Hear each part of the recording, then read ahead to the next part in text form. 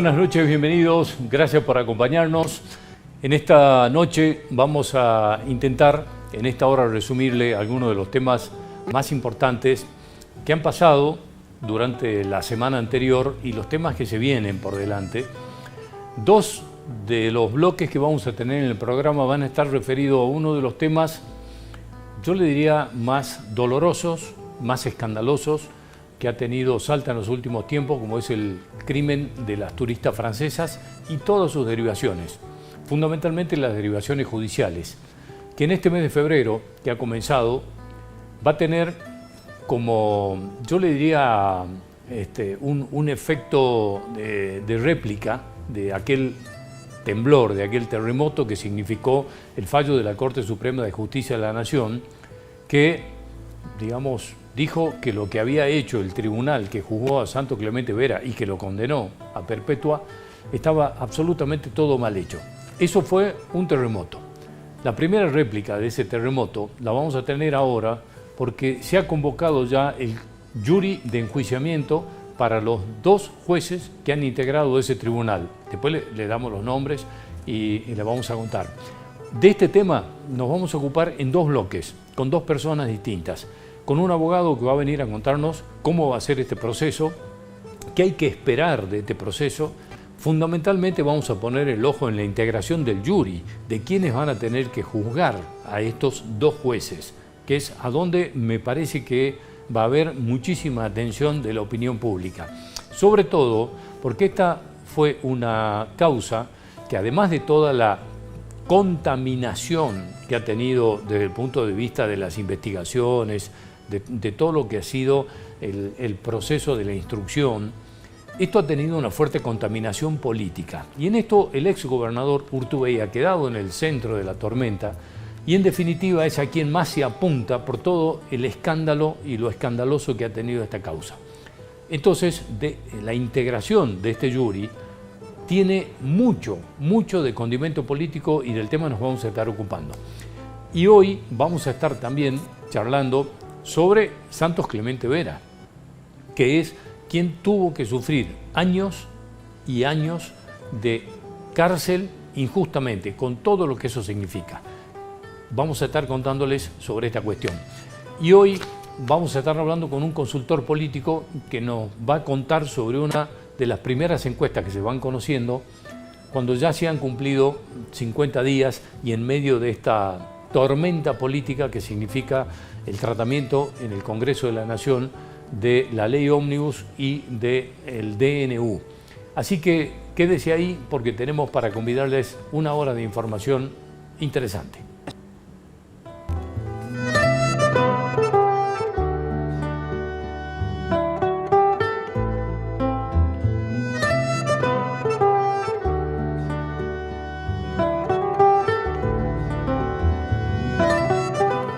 Bueno, hemos invitado hoy a Gonzalo Guzmán Coraita, es un muy reconocido abogado, es además el titular de Salta Transparente y en los últimos días me parece que ha puesto en el eje de la información en Salta uno de los temas que nos preocupan mucho desde el punto de vista del funcionamiento de la justicia.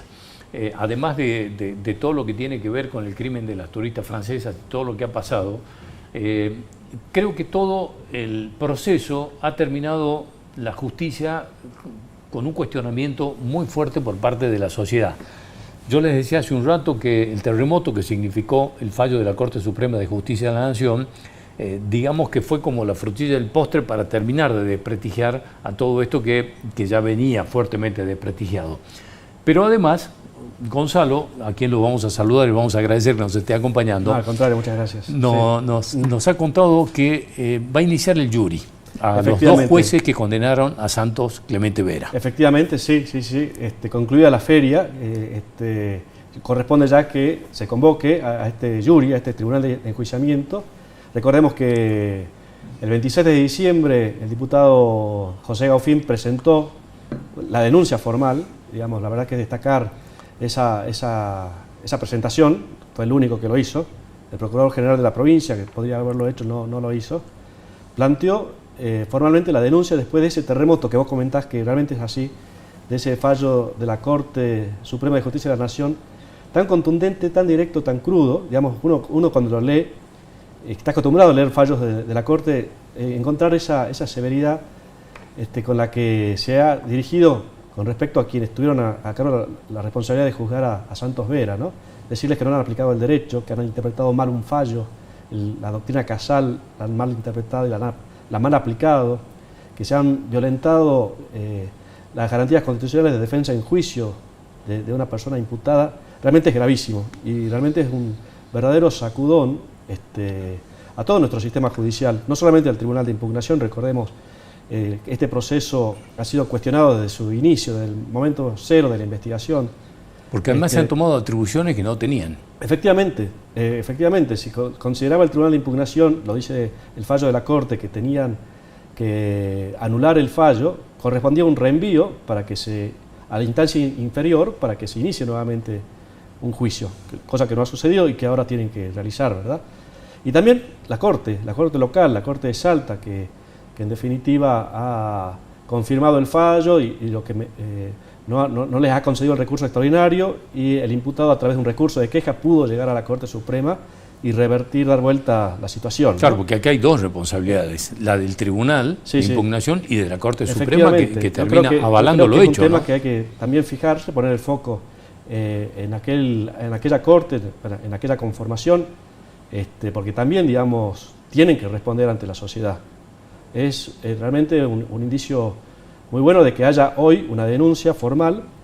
La presidenta de la Corte, la doctora Teresa Ovejero, tiene la responsabilidad ahora de activar el procedimiento, tiene que convocar al Tribunal de Enjuiciamiento, tiene 2 días para hacerlo, desde que empezó la feria, y una vez constituido el Tribunal de Impugnación, empezar paso a paso cada uno de las etapas en las que está previsto este procedimiento, ¿no? Ahora, Gonzalo, yo decía hace un rato que si ha tenido, digamos, condimentos nocivos esta causa, que ha tenido interferencias fundamentalmente y contaminaciones. Una de las grandes contaminaciones fue la contaminación política, a tal punto que terminó el mismo exgobernador de la provincia, Juan Manuel Urtubey, en el centro de las críticas, y a quien se responsabiliza, en definitiva, siendo una causa judicial, termina cayendo la responsabilidad de cada vez que se habla del crimen de las turistas francesas, los dardos van hacia Urtubey, por la contaminación política. El tema es que en la integración del jury hay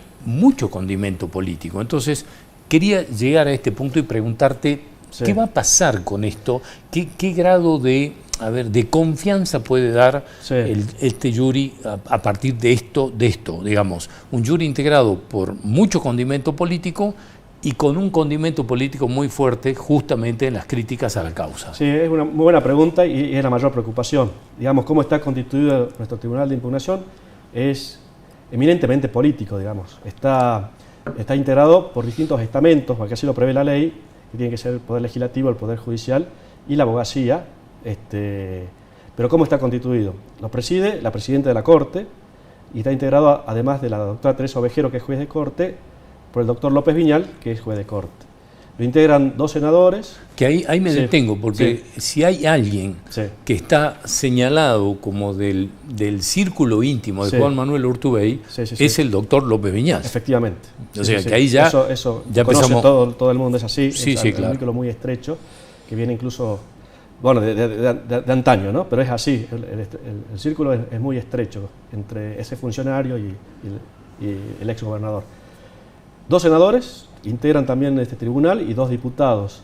Y por la abogacía, digamos, lo designa la Cámara de Diputados y la Cámara de Senadores, han designado a 2 funcionarios legislativos, el doctor López Miró por la Cámara de Senadores, que es abogado, y el doctor Pedro Mellado por la Cámara de Diputados. Y el elenco lo cierra el fiscal de Estado, que también integra el Tribunal de... Es decir, que es un órgano eminentemente político, ¿verdad? En una causa con altísima contaminación política. Efectivamente. Entonces esto hace ruido. Hace ruido, y si uno ve la historia de esta institución desde que la tenemos incorporada a nuestro sistema, yo que recuerde, no encontramos antecedentes de jurados de enjuiciamiento, de juris, que se hayan iniciado contra magistrados que han terminado con la sanción de apartarlos del cargo, ¿verdad? Y eso que hemos tenido situaciones muy sensibles y complejas. Hace casi una década recordaremos aquel caso de ese niñito que murió víctima de la violencia realmente brutal de sus guardadores. Quedó digamos, en evidencia todo un sistema en donde participaban jueces de familia, asesoría de incapaces y demás. La jury hacia 2 funcionarios, un juez de familia y una asesora de incapaces, que terminó, digamos, con su absolución. El caso muy semejante al triste caso Lucio de La Pampa, ¿verdad? Lo tuvimos en Salta 10 años atrás. Y lamentablemente la información no está disponible. Uno quisiera tener la información, entrar a la página del Poder Judicial y poder saber las distintas intervenciones del jurado de enjuiciamiento y cómo han sido sus veredictos, pero esa información no está publicada. Pero de lo que ha trascendido periodísticamente siempre los resultados han sido negativos, ¿no? Creo que ahí hay una materia pendiente, ¿no? Sí. Lo hablé hace no mucho aquí con la doctora Sonia Margarita Escudero. Sí. Me decía que esta es una materia pendiente en la que hay que trabajar y que indudablemente hay que reformar. Yo me acordaba ese día de un caso emblemático cuando integraba el jury Manuel Santiago Godoy, el indio Godoy, que era presidente de la Cámara de Diputados, y tenía que juzgar a jueces que tenían causas contra él. Claro. Sí. Nunca se abstuvo de decir, no, como tengo un juez que tiene causas en contra mía, me voy a abstener. Sí. Nunca se abstuvo. No. Entonces, digamos, no tan solo es el ser, sino el parecer. Efectivamente, sí. Y eso tiene que ver con el descrédito que tiene el Poder Judicial en la sociedad, ¿verdad? Siempre es interesante leer los comentarios en las redes sociales y demás. Y bueno, digamos, comentarios eran, bueno, que es una buena noticia de que se inicie un jury, porque digamos la sociedad tiene que saber qué pasa con quienes han sido responsables de condenar a alguien a cadena perpetua, pero también, digamos, la falta de esperanza, es decir, son todo lo mismo, esto es un tribunal eminentemente político, pero digamos, no vamos a tener resultados. Ojalá que nos equivoquemos, que esa percepción no sea la real y tengamos un jurado de enjuiciamiento que realice las cosas como corresponden, que tengan la oportunidad estos 2 jueces denunciados, que son Martini Bonari y Arias Nayar, de poder ejercer su derecho de defensa y que tengamos una sentencia justa. O sea, que ellos tengan el derecho de defensa que no le dieron a Santo Clemente Vera, ¿no? Exactamente. Así que bueno, hay que estar atentos. Ahora, el primer paso lo tiene, digamos, la manija la tiene la doctora Teresa Ovejero, la presidenta de Corte, que tiene que convocar al jurado de enjuiciamiento. Claro, en este caso, este jury tiene una espada de Damocles encima, que es el fallo de la Corte Suprema. Efectivamente. Es decir, al tener una instancia como el de la Corte Suprema de Justicia que dice hicieron todo mal, es muy difícil decir hicieron todo bien. Efectivamente. ¿No? Digamos, así que ahí hay un problema. Por eso es un terremoto. Digamos, vos hablabas de la palabra terremoto, y de acuerdo a las fuentes que uno escucha, que le comenta cosas internas dentro del Poder Judicial, ha sido un verdadero terremoto para la Corte y para el Tribunal de Impugnación. Claro, porque el tema es esto cómo sigue, porque digamos, yo he hablado de una primera réplica después de ese terremoto, esta es la primera réplica. Exactamente. Esto. El segundo es que tiene que haber un nuevo juicio. Efectivamente. Entonces, ¿dónde está la punta de este ovillo? Digamos, ¿quién tiene la iniciativa y cuándo se inicia y quién dice pongan en marcha un nuevo juicio? La Corte. Efectivamente. Sí, efectivamente. Y recordemos las palabras que todavía nos resuenan en el oído del doctor Pucheta, que fue uno de los miembros del tribunal que absolvió en su momento a Santos Vera. En una entrevista dijo, digamos, que la justicia no es independiente del poder político en Salta. ¿Y verdad? Lo dijo el doctor Pucheta, son entrevistas que están en las redes sociales y demás, y resuenan todavía, ¿no? esa reflexión, algo que conocemos, que lo palpamos quienes litigamos todos los días en tribunales, ¿verdad? Sí. Bueno, el descrédito de la justicia de Salta es palpable. Digamos, en el aire se lo siente. Es una institución que no tiene prestigio y no tiene, digamos, la estima de ciudadanía, que la tiene realmente muy mal rankeada dentro de... Si hacemos un ranking, digamos, seguramente de las instituciones menos... Hace algunos años hablábamos de una encuesta que nosotros publicamos, que la imagen era pésima, pero además se hablaba mucho del amiguismo dentro de esto, digamos, de cómo se va conformando y de una suerte de corporación que se autodefiende, ¿no? Sí, efectivamente. Y yo recuerdo ese estudio, esa encuesta, y uno analiza y la situación no ha cambiado. La corte de Salta es una mega corte, tiene poderes que no tienen otras cortes provinciales porque maneja todo, forma parte del Tribunal Electoral, además de su rol de corte, de tribunal, ejerce también otras funciones. De 5 miembros que históricamente fueron los miembros de la corte, hoy tenemos, ¿cuánto? 9 miembros de jueces de corte, un ejército de secretarios letrados designados sin concurso público de antecedentes, que es lo que manda la Constitución.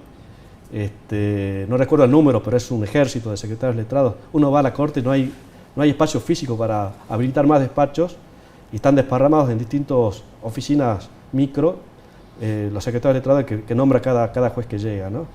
Realmente, digamos, tenemos que pensar en reformar cómo está constituido el juzgado con enjuiciamiento, el Consejo de la Magistratura, que son instituciones que no están funcionando como uno deseara, ¿no? Y también la Corte. Bueno, veremos cómo sigue esto, así que Gonzalo, como siempre, gracias por estar aquí, por acompañarnos. Muchas hasta gracias. cualquier momento. En el próximo bloque vamos a estar hablando con Santos Clemente Vera. Vamos a hablar con él a ver cómo ha pasado estos días desde su liberación después de muchísimos años, encarcelado injustamente, cómo está viviendo sus días y cómo piensa su futuro. Así que volvemos ya nomás.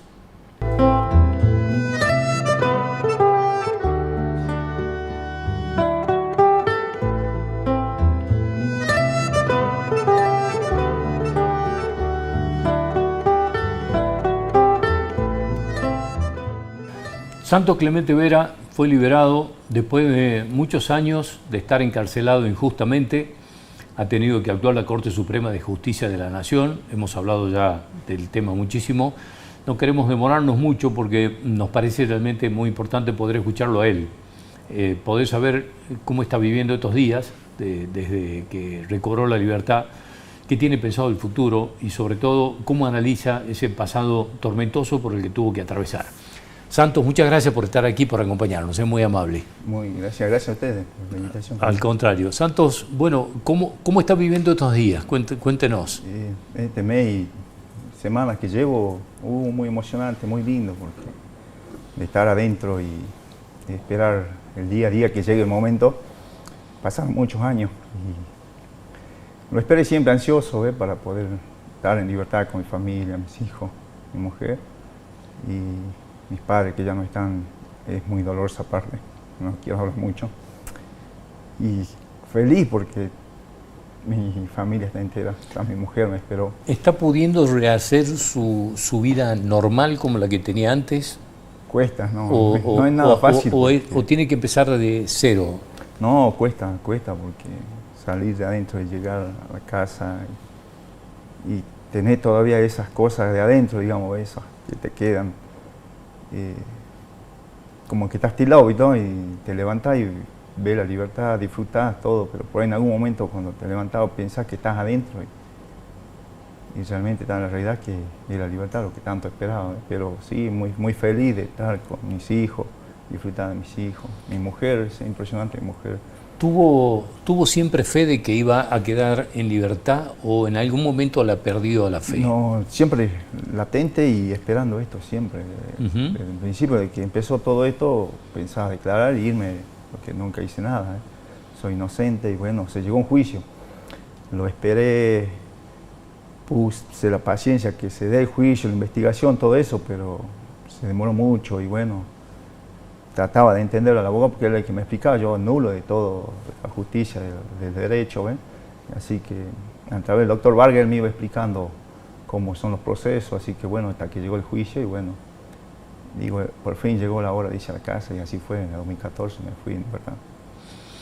¿Cuántos años estuvo desde que lo condenó este tribunal que ahora va a ser juzgado? ¿Cuánto tiempo estuvo detenido injustamente?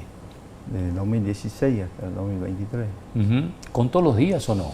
Sí, 7 años y 8 meses ya para los 8 años y más los 3 que tuve antes, del 2011 hasta el 2014. Son varios años. ¿Cuántos años tiene usted actualmente? 43 años. Y todo ese tiempo, digamos, que cree que no se recupera, nunca más. No, ese tiempo ya no hay que mirar atrás y siempre mirar adelante. Porque es muy duro, muy feo eso. perdí muchas cosas, así que... ¿Qué, por ejemplo, qué es lo que más le duele haber perdido? En principio, la libertad, de por qué está pagando esto. Sí, claro. Estar con mis hijos, ver crecer a mis hijos. Eduardo nació y empezó todo esto, tiene 12 años. Salí, lo llevé a prejardín y lo inscribí en jardín en San Lorenzo. No pude llevarlo ni a jardín, cuando salí pude llegar al acto de fin de año, 7º grado, y ya tiene 12 años. Y está grande, no disfruté de él. Martín tiene 6 años, tengo dos hijas, son gemelas, 2 años y 4 meses. Así que de ella estoy disfrutando de todo, de Eduardo, de Martín, de mi mujer, y bueno, gracias a Dios que mi mujer me esperó, como le decía hace rato, porque no es fácil que alguien te espere tanto tiempo. Pero además con una entereza de ella y un trabajo impresionante. Sí, la fuerza que tuvo para poder bancar todo esto y esperar, y bueno, la fe, ¿no? La fe, y sabiendo que iba a salir, sabe que no hice nada, así que... Santos, ¿por qué cree que le pasó esto? Eso todavía no puedo entender a veces por qué a mí, qué es lo que pasó. Y yo siempre dije, la conclusión que saqué, porque soy un humilde, campo, no sabía nada de derecho, cómo defenderse, nunca tuve problemas con la justicia. Me pasó esto, nulo de todo, y iba viendo las cosas que iban pasando y nos denegaban cosas y tras cosas, y así hasta que llegó el juicio pude irme. Ahí hice una contraprueba también, me acuerdo en el transcurso del juicio, la investigación, Martín Pérez me dijo que por derecho me tendría que dar para hacer la contraprueba, y cuando vino el genetista, el doctor Raimundi de Buenos Aires, me dijeron que deshecho las pruebas, que se han perdido, que no lo tenían. Y bueno, así muchas cosas, ¿no? Muchas cosas. Y también cuando firmaron la condena, quisimos apelar a la Corte Suprema de la Nación y no nos hicieron lugar, nos negaron recursos. Tuvo que ir el doctor Vargas, como se dice, con el expediente bajo el brazo, a tocar la puerta allá y dejarlo allá en Buenos Aires. Yo no entiendo por qué no le mandaron, si están para eso, para trabajar, y más allá que ellos habrán hecho las cosas bien mal, como ellos piensan a su manera, tener que recibir y llevar, ¿entiendes? Y no lo hicieron, así que tuvo que ir el doctor Vargas, y justo también salió la fundación, Innocent Project en ese momento, así que fue una ayuda bastante también Innocent Project, porque justo en ese momento necesitábamos un abogado de Buenos Aires, federal, y el doctor ya estaba conectado con gente de Buenos Aires y apareció Innocent Project, así que sumó eso ya. Desde que usted, cuando el primer tribunal que lo juzga dice que, digamos, lo deja en libertad, pasa ese tiempo en libertad, se inicia las acciones de este tribunal de impugnación y lo condenan. ¿Qué cree que pasó ahí? ¿Por qué cree que se arma este tribunal de impugnación que lo terminan condenando? Perdón. ¿Qué cree que pasó ahí? ¿Por qué cree que pasó eso? Y yo lo que saqué de conclusión en ese momento era que desde parte de las víctimas le han dicho que uno solo no es, como siempre se decía, que uno solo no puede haber sido. Entonces habrán dicho, bueno, condenamos a alguien más, condenamos a Vera, y ya con eso no van a decir nada de allá, ya se van a conformar, y no fue así. Fue al contrario, el gobierno no le gustó nada y se vino a Salta varias veces, me fue a visitar en el penal, entró a la cárcel a visitarme, y él me dijo, si fuese por mí, ya te diría que te vas, me dijo. Pero ¿quién le dijo eso, perdón? El gobierno, el padre de la víctima. Ah, sí, sí. Y imagínese la fuerza que tenía. Venía él, venía Chatar, sí, y así se iban sumando gente día a día, y eso es lo que me mantenía en pie, firme, porque a veces salía el doctor y encontraba a otro abogado, ver a fuerza, que se iba a salir, tener fuerza, que estás mal condenado. Corríjame si me equivoco, Santos, pero a usted lo termina implicando Gustavo Lassi. Sí, así ¿No es cierto? Es así. ¿Por qué cree que pasó eso? ¿Por qué cree que Gustavo Lassi lo implica? Con Gustavo Lassi y el padre, toda la familia de Lassi teníamos problemas nosotros, desde siempre hemos sido vecinos, y en el campo tenemos animales, caballares, vacas, cabras, y ya es de hace muchísimos años mi padre y mi madre ven ese problema. Y de ahí siguieron con nosotros los hijos de los abuelos de Gustavo, digamos, Y siguieron esa enemistad y bueno, hasta que llegó conmigo también, ¿ves? Y no nos podíamos ni ver, ni nos hablábamos, nada. Así que era imposible que hayan estado, digamos, nunca juntos, en una fiesta nunca juntos. hemos compartido ni un vaso de agua, como se dice, con ellos, nunca, con ninguno de las. ¿Y cree que lo que Gustavo Lassi hace es por esta enemistad familiar? Claro. ¿O hay alguna otra cosa? Yo digo que capaz que por esa enemistad le han dicho, tiene que haber alguien más, y él lo único que se acordó fue de mí, ¿entendés? Porque no sé por qué no, él, digamos, no era yo bien para él, digamos, porque yo no tenía problema con nadie, solamente con ellos, ¿entendés? Santos, se habló mucho de que usted, en definitiva, era lo que se dice en la terminología jurídica, digamos, en la jerga, que usted era un perejil y que los verdaderos culpables no estaban ni siquiera siendo juzgados. ¿Usted cree que eso es así? ¿Que acá hay verdaderos culpables que no están juzgados o que no están condenados? Y lógico, si yo estaba preso injustamente, porque yo realmente no lo soy. No lo soy, yo soy inocente. No vi nada, ni escuché nada. Y al estar adentro, ¿dónde están los verdaderos? ¿Estarán en San Lorenzo? ¿Estarán, no sé, acá en Salta? Y deben estar tranquilos, ¿entendés? Porque yo no lo soy. Y lo están sabiendo esa gente. Quien hizo esto, saben. Y deben estar latentes a todo esto, ¿entendés?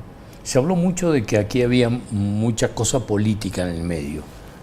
¿Usted tiene alguna información de eso? ¿Cree lo mismo? ¿Piensa que puede haber algo de esto? Yo de eso no. Escuché muchas versiones, sí, pero no sé nada de eso. No, nada. Solamente escuché que decían que es algo político, algo fuerte, y de verdad de eso no puedo decir nada, porque no sé nada. Yo no hice nada, yo soy inocente, me tenían adentro, y adentro donde uno está no llegan las informaciones policiales, así que es difícil enterarse de cosas. Bueno, ahora se va a iniciar un juicio a los jueces que lo condenaron a usted injustamente. ¿Qué piensa de eso? ¿Qué piensa de ese juicio y de esos dos jueces que lo condenaron? Esa vez me citaron, me notificaron Arias Nayar, creo que era, y no Martínez, creo que. Martínez y Arias Nayar. Sí, algo así eran. Y bueno, si ellos sabían el código, ¿cómo se puede decir? El proceso de la provincia serían, ¿cierto? Sabían bien que tenían que dar un derecho a juicio, tener que lo han hecho. Si no lo han hecho es por algo, y eso tendría que ver de acá lo que están a cargo de la justicia y la sociedad también, porque me incluyo yo también, porque yo no tengo nada que ver en esto. ¿Y por qué me metieron a mí en esto? Para tapar de algo que yo no hice, para calmar las aguas, para tranquilizar todo. Y si han hecho malas cosas, tendrían que alguien decir esto se hizo mal, y bueno, ver qué es lo que se puede hacer. Que yo de eso no sé mucho, de justicia. ¿Qué opinión tiene de la justicia de Salta? En la justicia de Salta, yo estuve inocentemente preso, no, si no hubiese llegado a Buenos Aires, yo tendría que recibir un penalti, ¿no? Porque si no fuese por el doctor Vargas, que el doctor no me cobró un peso nunca. Él siempre me trabajó gratis, estoy muy agradecido con él, porque es un gran doctor, porque le quisimos dar para que haga todo lo escrito, entampillado, no, Clemente me dijo. Lo hemos visto el día que lo liberaron, cómo le agradeció y la emoción que tenía usted al agradecerle. Sí, porque iba a visitarme una vez a la semana, iba los martes, o si no iba los martes, le esperaba el sábado. Y así estuvo hasta que llegó la pandemia, no me falló nunca. Y después ya iba medio lejos, pero iba, ¿ves? Siempre iba. Y si no fuese por él, que se tenía que ir a Buenos Aires, creo que yo esperar a la justicia, que sea justicia acá, no iba a llegar, se iba a quedar acá en Salta, y en este momento yo tendría que seguir en la cárcel. Santos, ¿cómo mira el futuro? ¿Qué espera? ¿Cómo va a ser su vida en el futuro? Y una pregunta que nos hemos hecho todos es si usted tiene pensado demandar al Estado en algún momento por los daños y los perjuicios y todo esto que le ha pasado, digamos, todo lo que le han quitado de vida. No pensé en eso encarga el doctor, y nunca hablamos de este tema. De qué es lo que sigue para mí es disfrutar de mi familia, estar al lado de mis hijos, ayudar a mi mujer que ella trabaja, y quedarme con mis hijos a cuidarlo y seguir adelante. Y pensar que estoy bien, estoy de pie, doy gracias a Dios que salí bien. Bien, capaz que yo le digo a usted estoy bien, pero capaz que no esté bien. Sí, indudablemente, indudablemente. ¿No? Es un trauma dificilísimo de atravesar, digamos. Perder años de vida siendo inocente es... No puede uno salir ileso de eso. Lógico, porque de afuera capaz que me ve entero, pero por dentro es muy, muy duro para mí. Tome agua que queremos, por supuesto, conocer todo lo que tiene pensado por delante después de todos estos años perdidos. Y este tema de demandar al Estado o a la justicia es un tema que ni siquiera lo habló con su abogado. No, yo solo disfrutar mi familia, estar con mis hijos y disfrutar el día a día. Todavía no paro de disfrutar y no es que digo, ya estoy en libertad, no. Uh-huh. ¿Qué fue lo primero que hizo el día que quedó en libertad? ¿Qué es lo que quería hacer? ¿Qué es lo que quería ver? ¿A dónde quería ir? ¿Cómo fue ese primer día? Cuando me dijeron la libertad, el día lunes, salir a abrazar a mi hijo, mi mujer y mis hijos y irme a mi casa a jugar con ellos. Uh-huh. Tirar la alfombra de cuero ahí, jugar con ellos, porque me esperaba mucho. Ponía la mesa, me contaba mi mujer, ponía la mesa para almorzar y mis hijos venían poniendo un vaso de más, un plato de más. ¿Temió por su vida mientras estuvo preso? ¿Temía que le pueda pasar algo? Adentro hay que estar latente siempre. En aquellos tiempos estuvo Wilte conmigo en 2014 y fue apuñalado en 2014. No sé si recuerdan ese tiempo. Transcurso el juicio y él fue apuñalado y así que yo lo vi cuando lo llevamos al hospital, digamos, porque yo lo acompañé y lo ayudé. Y uno siempre queda, porque no te puede confiar en nadie, ¿entiendes? Uno no sabe quién es quién y cómo puede reaccionar, ¿entiendes? Y siempre latente, uno cuidándose, ¿ves? En todo momento, por eso le decía hace rato que cuesta, porque uno se levanta y hasta que se acuesta y tienes que estar siempre latente a todo, ¿entiendes? Y ahora ya por lo menos uno descansa, por lo menos de la cabeza ya, los ruidos, el ambiente, el aire puro, eso no es otra cosa que el ruido, ¿ves? Donde yo vivo es tranquilo, no hay ni vehículos, nada, así que una tranquilidad, una paz, que ya venía muy cansado ya de ese ruido, las rejas, los gritos. Aparte yo siempre fui una persona tranquila y no molesta a nadie, así que era como quien en el campo era humilde, siempre así, de estar tranquilo, ¿ves? Uh-huh. Santos, le agradezco muchísimo haber venido. Sé que no es fácil, porque te deben venir muchos recuerdos solamente, pero sí, me parece importante poder escucharlo, poder saber cómo está viviendo estos días. Así que le agradezco muchísimo este testimonio. Pasa que salí, no está mi padre, no está mi madre, mis hermanos. Ustedes saben que falleció mi mamá esperándome y mis padres, mis hermanos, y no están. Y no es uno solo, así que se fue uno, se han ido 4, y mi hermana también, mi hermana son 5 hermanos. Entre madre y padre son 5 que no están. Y llega a la casa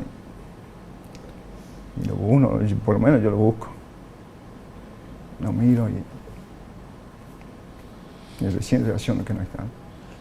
Porque yo me fui en aquel tiempo y estábamos todos. Y era volver a la casa y que estén todos. Y doy gracias a Dios por lo menos. Están mis hijos y está mi mujer. Ojalá encuentre y pueda lograr la tranquilidad y la paz que se merece. Así que le agradezco muchísimo haber venido. Ha sido muy amable. Muchas gracias. Muchas gracias. A su entera disposición también, por supuesto. Bueno, muchas gracias.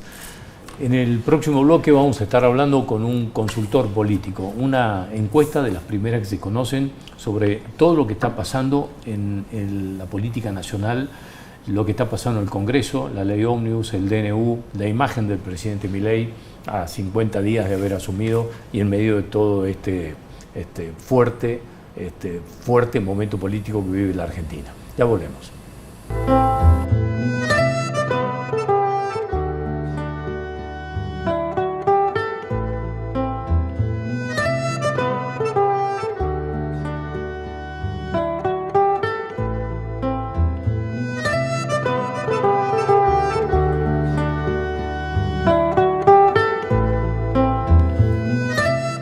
Bueno, es un momento de tensión política en el país, sin lugar a dudas, y queríamos charlar nosotros hoy con la gente de CB Consultores, que habitualmente nosotros consultamos y les pedimos información, sobre todo en estos tiempos convulsionados, porque han publicado una encuesta realmente muy interesante, en donde vamos a poder conocer algunos datos que son importantes, me parece, por lo menos para el momento. Por ejemplo, bueno, si hoy se convocara un plebiscito para ver qué pasa con las medidas, es una de las preguntas que ha hecho la gente de CB Consultores en esta encuesta, que vamos a conocer los resultados hoy. Han preguntado sobre la imagen que tiene en este momento tanto Milei como el gobierno. Y después hay una pregunta que me pareció realmente importante de este trabajo, que es cuando han consultado si la gente a quién responsabiliza de la actual crisis económica, al gobierno anterior o a este. Pero lo vamos a hablar con Martín Bazán, a quien le vamos a agradecer como siempre que nos haya atendido. Así que Martín, muchas gracias, buenas noches. Hola, buenas noches. Muchas gracias por la invitación, como siempre, a disposición desde la consultora para charlar con ustedes. Al contrario, gracias a ustedes por poder convidarnos y esclarecernos un poco todo este panorama. Bueno, Martín, me gustaría empezar primero por lo que es el cuadro técnico de la encuesta. Contame cuándo se hizo y sobre cuántos casos.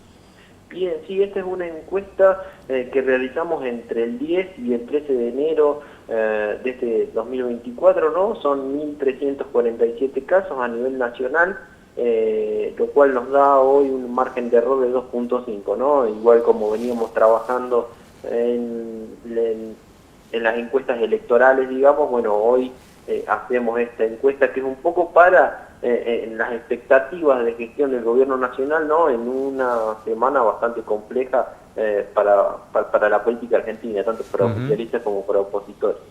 Bien, en la pregunta que ustedes han hecho, que me pareció realmente interesante, de a quién considera responsable de la actual situación económica o de la actual crisis económica la gente, me pareció muy interesante. Contame un poco cuáles fueron las respuestas. Bien, el 49.7% de los encuestados, casi la mitad de la totalidad de los encuestados, responsabiliza al gobierno anterior, al gobierno de Alberto Fernández, ¿no? Por la actual situación económica. Hay un 30.1% de todas maneras que responsabiliza al gobierno de Javier Milei, hay un 12.8% que responsabiliza a ambos gobiernos y hay un 7.4%, bueno, que hoy se mantiene indeciso, ¿no? Sobre esa pregunta. Pero casi la mitad de los encuestados responsabiliza al gobierno anterior y hay un 30% que responsabiliza a Javier Milei. Un 30% que no es azaroso, que es ese 30% que hoy se mantiene como oposición acérrima, digamos, a Javier Milei, que no lo ha votado en ninguno de los procesos electorales, ni en el proceso de PASO, ni en el proceso de balotaje, que tiene que ver un poco con quizá un núcleo duro, ¿no? del espacio de Hacemos por la Patria, del Frente de Todos, ¿no? Entonces ese 30% quizá refiere un poco a un núcleo duro anti-Javier Milei, podríamos decir. Con respecto al tema de las medidas, de la de ley ómnibus, la del DNU y todo lo demás, ¿han consultado a la gente? ¿Qué respuestas han tenido? ¿Qué piensa la gente de las medidas? Bien, preguntamos también si se aprueba o desaprueba las medidas anunciadas por el presidente Javier Milei y su gobierno. El 50.7% dijo que aprueba, de ese 50.7%, el 26.4% que aprueba mucho, el 24.3% que aprueba un poco, lo que da un 50.7%, más de la mitad de los encuestados aprueban las medidas que viene llevando adelante Javier Milei, y un 42.8% que desaprueba, ¿no? Un 10.6% que desaprueba un poco y un 32.2% que desaprueba mucho, ¿no? Otra vez nos acercamos a ese 30% de desaprobación del gobierno nacional, que se viene manteniendo en los márgenes que veíamos desde un inicio del gobierno.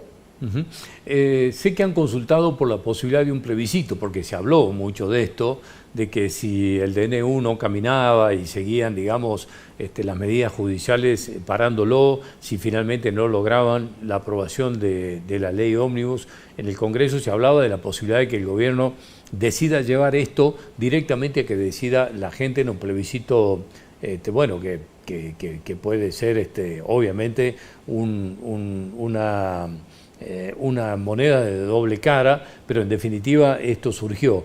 ¿Qué opinaría, qué haría la gente en un plebiscito? ¿Qué votaría? Bien, acá creo que entramos a la pregunta quizás más compleja o que tiene el resultado más complejo para el oficialismo. Porque si repasamos los datos anteriores, bueno, hoy la mayoría cree que la responsabilidad actual de la economía corresponde a el gobierno de Alberto Fernández. Las medidas, en gran mayoría, más del 50% cree o por lo menos aprueba las medidas del gobierno nacional, pero cuando vamos a esta pregunta, que es si se realizaran las elecciones no vinculantes, es decir, el plebiscito por el mega DNU del presidente Javier Milei, ¿usted votaría en contra, votaría a favor o votaría en blanco? En ese votaría en contra es la opción más votada, 38.7%. Y votaría a favor 38.4, muy ajustado, menos del margen de error nos da, hoy un 7.7 estaría votando en blanco o no votaría, y un 15.1 hoy se mantendría indeciso. Pero sí, a nosotros en esta pregunta sobre el posible plebiscito, bueno, hoy nosotros tenemos una mayoría que votaría en contra, lo cual, si lo llevamos, estamos dentro del terreno de lo fáctico y de lo probable, ¿no? Pero si lo lleváramos a la realidad y estos números se plasmarían en la realidad, sería un golpe durísimo, ¿no?, para el gobierno nacional. Sí, claro, a pesar de que, digamos, en la encuesta aparece como un empate técnico, digamos, dentro de casi los márgenes de error, ¿no?, más o menos. Sí, totalmente. Estamos hablando de que, bueno, en la ficha técnica teníamos 2% de margen de error, estamos en una diferencia de 0.3 y con un 15% de indecisos. Bueno, hoy no tendríamos una decisión de decir o lo podría ganar o lo podría perder, pero de todas maneras estaría muy parejo, lo cual ya haría dudar de muchas cuestiones, ¿no? Sobre todo teniendo en cuenta en generar mayor consenso para una de las leyes que terminaría siendo las bases del gobierno nacional, o por lo menos de los próximos 4 años. Claro, porque en definitiva, digamos, ese 38.4 que tendría a favor un plebiscito de las medidas, está muy lejos de los votos que acompañaron a Javier Milei para llegar a presidente. Es decir, que ahí terminaría apareciendo, digamos, por lo menos el detalle de un fuerte desgaste. Claro, y un desfasaje interesante en relación a la imagen de Javier Milei. Hoy,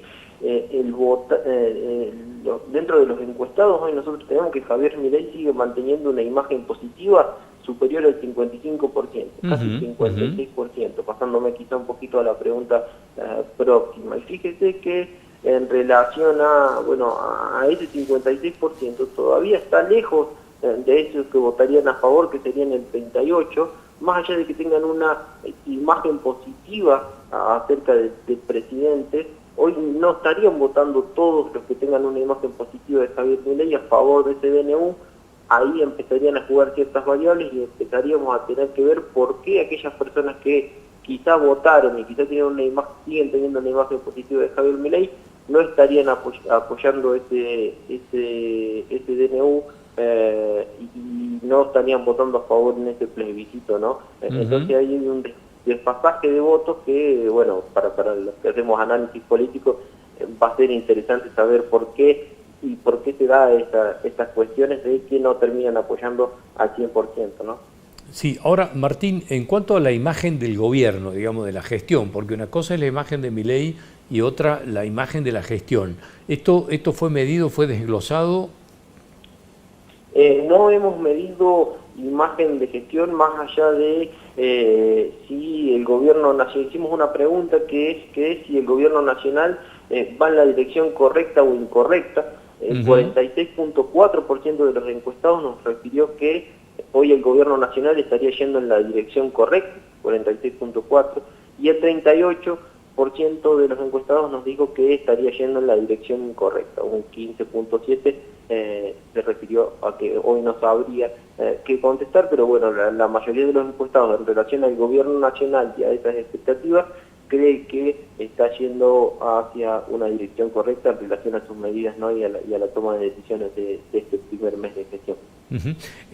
Me quedé pensando un poco en lo del plebiscito, porque en definitiva ese 38% significa solamente un poco más de lo que es, o lo que se supone que es el núcleo duro de Javier Milei, aquel 30% que obtuvo en las PASO, que ahí se considera el núcleo duro, que después, digamos, fue cosechando de distintos lugares para la primera vuelta y que terminó, digamos, después recibiendo muchos votos, particularmente Juntos por el Cambio y del izquierdismo, para el balotaje. Pero en definitiva está un poco más allá, unos puntos más nada más de lo que se considera su núcleo duro. Sí, como bien decías, yo también lo considero ese núcleo duro de Javier Milei, que estamos hablando de un 32, 33 puntos, ¿no? Y que después ese crecimiento que se da son de votos que migran de otros espacios y otros factores políticos, ¿no?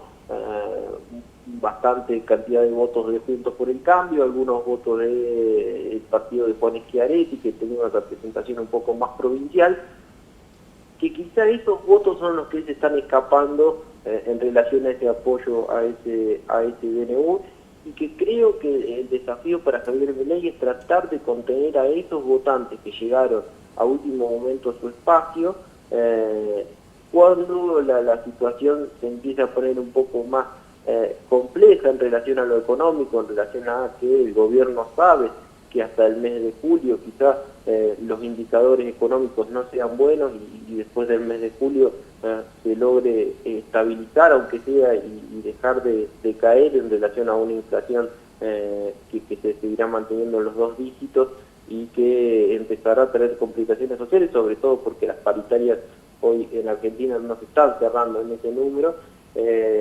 Entonces el poder adquisitivo empieza a caer y obviamente la clase media empieza a sufrir, y es ahí donde Javier Milei tendrá que hacer lo posible para que esos votos que llegaron a último momento a su espacio no empiecen a migrar. Y sobre todo hoy también hay algo que sucede en la política nacional: no hay un dirigente en la oposición que esté logrando capitalizar esos votos que se van. Entonces también es un aliciente para el presidente Javier Milei que hoy no esté esa figura política, que no se ve representada en los gremios, que no hay ninguna figura dentro del mundo del espacio de la oposición la que hoy logre capitalizar esos votos que se van. Muy bien. Martín, como siempre, muchísimas gracias por atendernos y por toda la información. Hasta cualquier momento. No, por favor, muchas gracias a ustedes por Hasta cualquier momento. Muchas gracias, muy amable. Bueno, nosotros nos estamos yendo, nos vamos a reencontrar el próximo miércoles a partir de las 11 de la noche en esta misma casa. Así que a todos, muchas gracias, y que la información de esta hora les haya sido útil.